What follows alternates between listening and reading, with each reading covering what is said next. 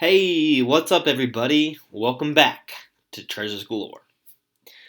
I just want to touch base with you guys, talk about some things Forrest Fenn has said recently. I know he's been very active in the community lately, and I find that very interesting. I want to talk about, my boots on the ground a little bit. No, I did not find the treasure. I know a lot of you were thinking I was going to. Just kidding. I know none of you were thinking I was going to, and neither did myself. But I went out and looked. That's the only way that you can find out that you are wrong is you have to go look. You just have to go look. That's what you got to do, and that's what Finn intended us to do is get out in the mountains, and that's what I did, and it was a good trip. Uh, but anyways, I'm not ready to release my solve. There's some things that I found that I thought were really, really interesting, and I just can't give it up yet. And I know a lot of you guys are going to be disappointed. I've got a lot of emails saying they're excited to hear my solve. I'm not quite there yet. I'm going to keep going, through the books and doing stuff like that and showing you guys some things that I've seen. But I'm going to hold back a little bit from what I was planning on just because. Just because. So, and I'm sorry to say that, but maybe here, next spring or something like that. I got to give this solve a little more time. So, anyways, Forrest Fenn has been very, very active in the community lately. He's probably put out more scrapbooks, in a short amount of time that he has ever put out, which is really, really interesting. I mean, why is he doing that? I know Sasha Johnson is, hypothesized about this lead searcher, and he's really, really active because he's talking to him or her, and, maybe it's like his last hoorah. Now, I don't know if I buy into the lead searcher that much. Anyone who claims that they are a lead searcher are delusional. You have no idea if you're the lead searcher or not. There is no confirmers. Now I know Finn says that your path will be direct, but I do not believe the people saying that, oh, I'm the lead searcher, are in fact the lead searcher. There's no confirmers. There's no way you can know. The only way you can know is if you go out and look and you find the chest, which none of us have. I know there have been some people that claim that they went to the spot and the chest was not there. Forrest Fenn has clarified that he did not move the chest and no one has found it, so anyone saying so is a damn liar. But for real though, they're a liar. So, when you go out and you look and you don't find the chest, please don't say that, it was moved or something like that. If you do feel that you had the right solution and stuff like that, email Forrest. I'm sure he would say something, if in fact you were right and the chest has been moved. I'm sure he would do something about that. But he has said that he's came up with a way of knowing that the treasure chest has been found. Now I know there's a lot of speculation that he has some high-tech device out there. I believe that the item in the chest that he has not disclosed to us, this is just for the finder, is what in fact gives Forrest the information that the chest has been found. And I do believe that is money, a financial incentive to come out and say that you did find the chest. And I believe it is so great that, I bet a lot of people would not pass it up.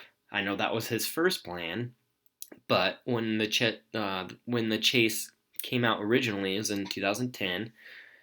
The financial institutions were not doing great. Our economy was, in a recession.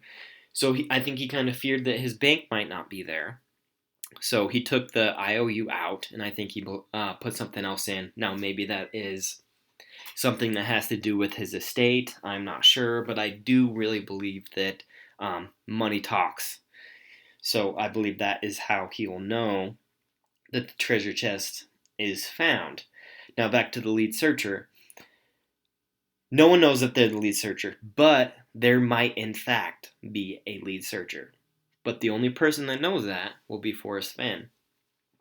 And there might be another lead searcher out there that doesn't write Forrest Fenn emails because that's the only way Forrest could know if someone was close. I believe. I don't believe he has a camera out there or anything. It's been almost 10 years. I don't think the technology that Forrest Fenn would possess is there to do that. And he'd have to constantly watch the feeds and everything like that. So I just don't think that is very plausible. I may be wrong. He did go to radar mechanic school, so who knows? But I do not believe so. So Forrest Fenn may know that someone is getting close, and that may be why he's been so active in the community lately. Maybe, maybe not. You know, it's a 50-50. It can go either way. But it only has to be through what he's found in the emails, I believe. So if, someone might be out there not even emailing him and be super close, he does not know. And I do believe the lead searcher is not the 200-foot searcher. That 200-foot searcher had no idea that they were that close. I believe that if there was a lead searcher, that it's someone who's read the book a lot, has emailed them, more than a few times, and talked to them that way. And they may be, finding out, they may have found out where warm waters halt. And I know Forrest Fenn has said that the clues get easier, but I'm not sure if that's exactly how it goes. Maybe from the standpoint of writing the poem, it may seem like that.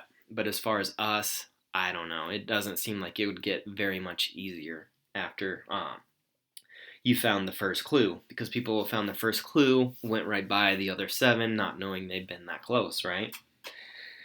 So with that being said, I kind of want to bring up a first clue, and this other YouTuber brought this up, and I brought it up in the past videos, but I wanted to bring it up again because I think it is a great point. I think it is so important. It's a really important quote, and I know I don't do much with my screen. I don't show my face, but in Tarry Scant, this email from Emily says, "Hello, Forrest. May I ask, is it still true that now, even with searcher numbers doubling in the last year, you still don't know of anyone who has solved beyond the first 2 clues?" Forrest replies, "Dear Emily, searchers continue to figure out the first 2 clues, and others arrive there and don't understand the significance of where they are." Okay, so searchers continue to find the first two clues. Okay, so it sounds like to me that there's a lot of people that have figured out the first 2 clues. It's a common where warm waters halt. But others arrive there and don't understand the significance of where they are. Now, how could that be? How could searchers arrive at where warm waters halt and have no idea that they were there and tie it to the poem? Now, how could that be?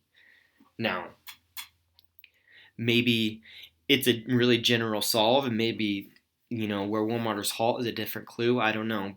But it sounds to me that where warm waters halt is a really popular opinion. Now, and it may be somewhere where searchers would go without knowing that that's even part of the poem. So to me, that sounds like it's a very popular place. Very popular place. Like West Yellowstone, or somewhere in New Mexico where a lot of searchers go. Now, it may be a tourist attraction because how would people arrive there and not know that they were at where warm waters halt? It has to be a popular place that people would either they're going boots on the ground and like, well, we need to go see Old Faithful, and let's go see there, and they don't know that Old Faithful is where warm waters halt. So the spot of where warm waters halt is a popular place, and searchers go there and not know that they were there. So I think if you really want to solve this thing, you need to incorporate that in your solve. Would searchers go here and not know that this was where warm waters halt? And he also mentions that it's not just where One Waters Halt, but it's the second clue. Now, whatever you believe that is, but I believe it's the canyon down, as described in my other video. I believe those are the first two clues. So they get where One Waters Halt and the canyon, which kind of go hand in hand because I believe that where One Waters Halt is in a canyon. So, and then I think it's pretty self-explanatory in which direction you need to go. So, with that being said, Forrest has came out and told us exactly what the clues are. And I know I've came out and said this, and it's not new information what everyone believed or what everyone knew was my opinion, but it turns out what I think is that my opinion was correct on what Forrest Fenn has just said. He said the beginning where One Waters Halt is the first clue. In the last clue, he says, look down because there's the treasure chest. Okay? So that means the clues go from begin and cease. So the blaze is the last clue. So where One Waters Halt, first clue. Blaze is the last clue. Now that doesn't mean that the rest of the poem doesn't matter.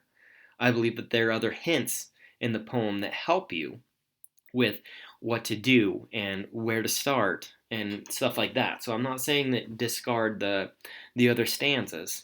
I'm saying you got to pay attention to the whole poem. Punctuation, capitalization, everything. I know a lot of people give me slack because I say I'm a book purist, but absolutely study the poem.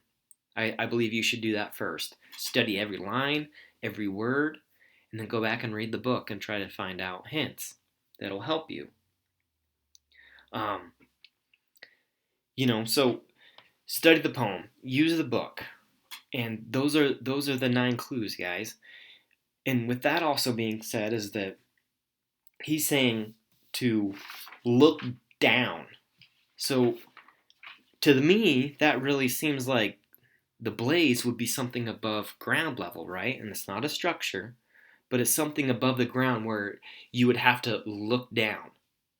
Because that's what he said, right? Look down, your quest has ceased. And then also he said, look down, there's the treasure chest. So the blaze is something above, and I believe it's right above the treasure chest. Because he has also said that if the distance between the chest and the blaze is going to be obvious if you find the blaze. So to me, that means that the chest is right there. So anyone claiming that they found the blaze and there's more to the poem, I believe that is not true. So the chest is right below the blaze. The blaze is something, above ground.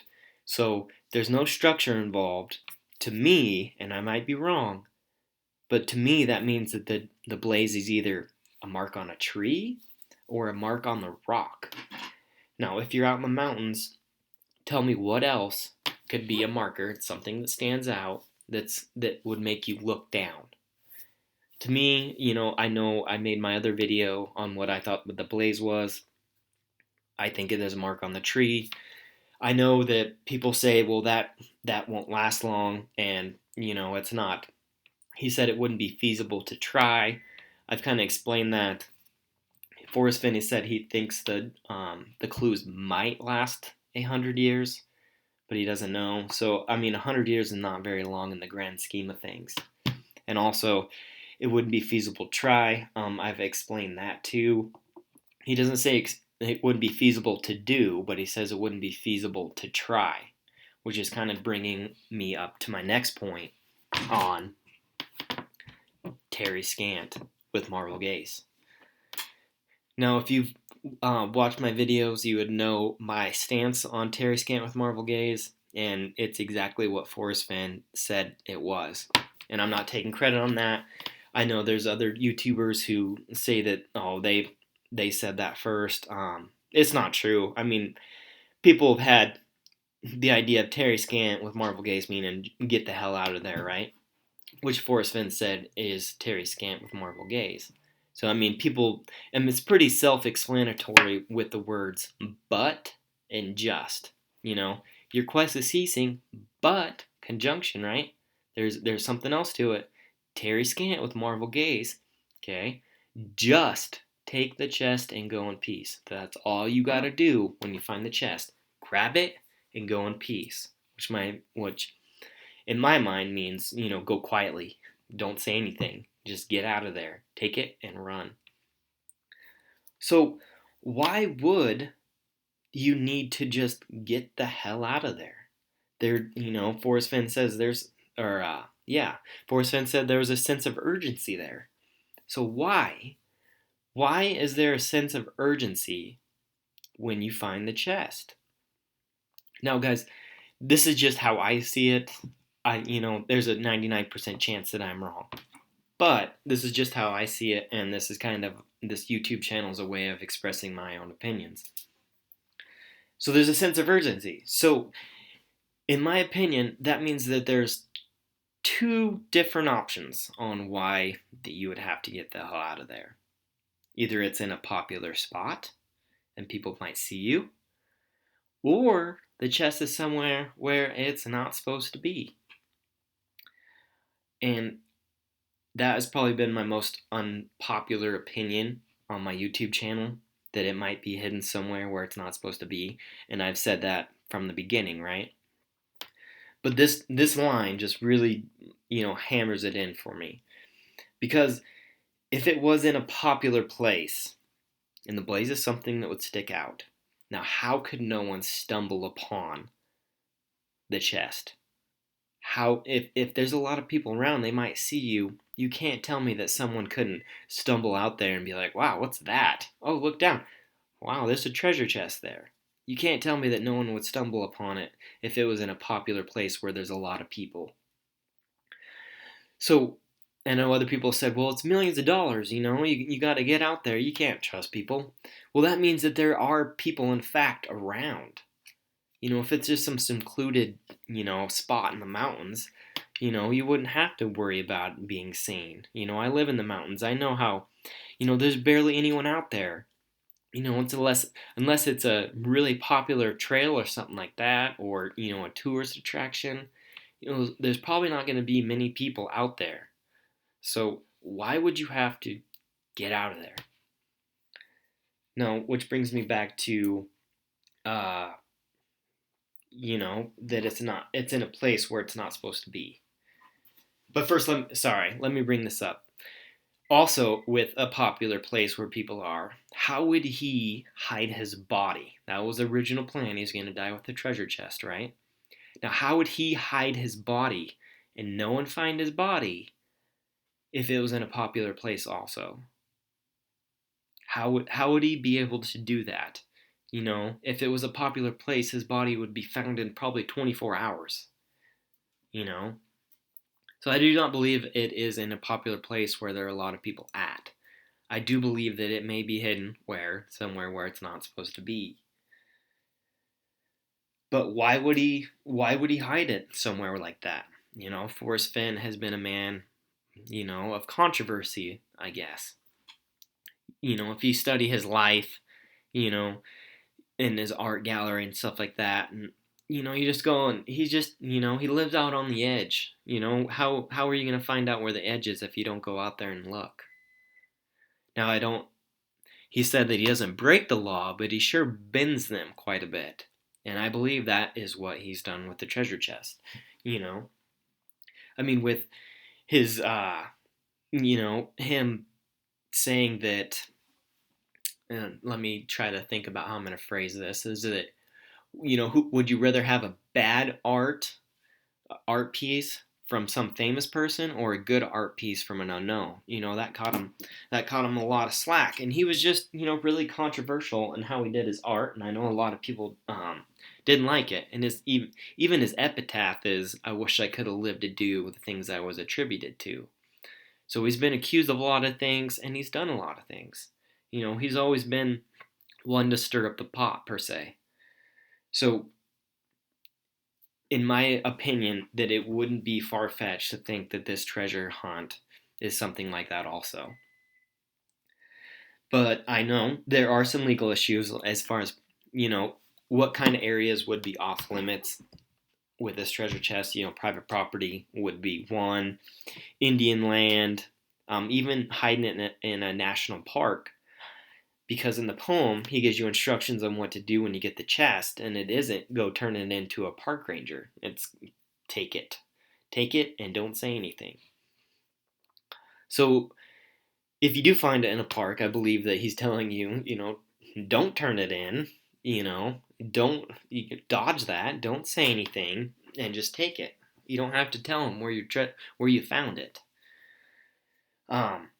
So also the legal issues that would ensue with finding in a place like that, I believe that is why he spent so much money on a lawyer determining uh, the legal scenarios on where to find it. So in the interview with Jason Dent, I think it was a Playboy interview. He's talking about possible scenarios of the legality of finding the treasure chest, and they're all, kind of the scenarios that he gives are kind of bending it, right? I mean, if you rent a cabin, and you find it on and the property where you rented the cabin, is it yours? What if the government had a legal easement into your property and you hid it there? Whose treasure chest is that? So in that interview, I think he's really hinting at guys, go find it. Don't say anything, but it might be somewhere where it's not supposed to be. But I did hire a lawyer to find the stuff out, and maybe there's a loophole that his lawyer found, where you could definitely hide it on private property. And I've went over that too because everyone knows I'm searching in Montana, but there is a law in Montana that you can go through waterways. I think it's up to the high level mark, and you can even get on the property to go around. There has to be signs. I think they have to be marked with orange or something like that. But there's this law about you can travel waterways. Now, could that mean that that's why he said the treasure chest is wet and he hid it somewhere like that? I don't know. It's just really interesting because there can be a lot of loopholes that his lawyer found that would be a slam dunk in court, but to you it might seem like you're doing something mischievous and you don't quite know it yet, and all the instructions might be in the chest. So kind of just my opinion. Why would he in the poem? Why wouldn't he say look directly down? Because that's what you're doing. You're looking down. That's what he just said. And there's a chest. Your quest to cease. Why does he say quickly? Now, to me, that means that there's some sense of urgency that with the timing of it, right? You have to look quickly, like do it fast. There it is. Now grab it and run. So those are just my opinions. I think it's really interesting, all the stuff that he's came out with. I think it's interesting that he told us what Tarry Scant is, the 9 clues. It's just interesting that he's coming out with all this stuff right now. I'm excited to see what he's going to put out in the near future also. But that's about all I got, guys. That's kind of what I wanted to touch base on. Like I said, I'm going to make some more videos, a lot more than what I have in the past. And I apologize. I kind of want to grow my subscriber base a lot and say thank you to my subscribers. I know I don't do any giveaways or, sell anything like that, that might boost my subscribers. But I just want to appreciate the people that have subscribed, emailed me, wrote me comments and all that stuff like that, good or bad. I appreciate it all. If you are listening to this video, subscribe, please. Gonna put out some more content that I think you guys will really like. So anyways, well, that's it for this video. I will see you guys later.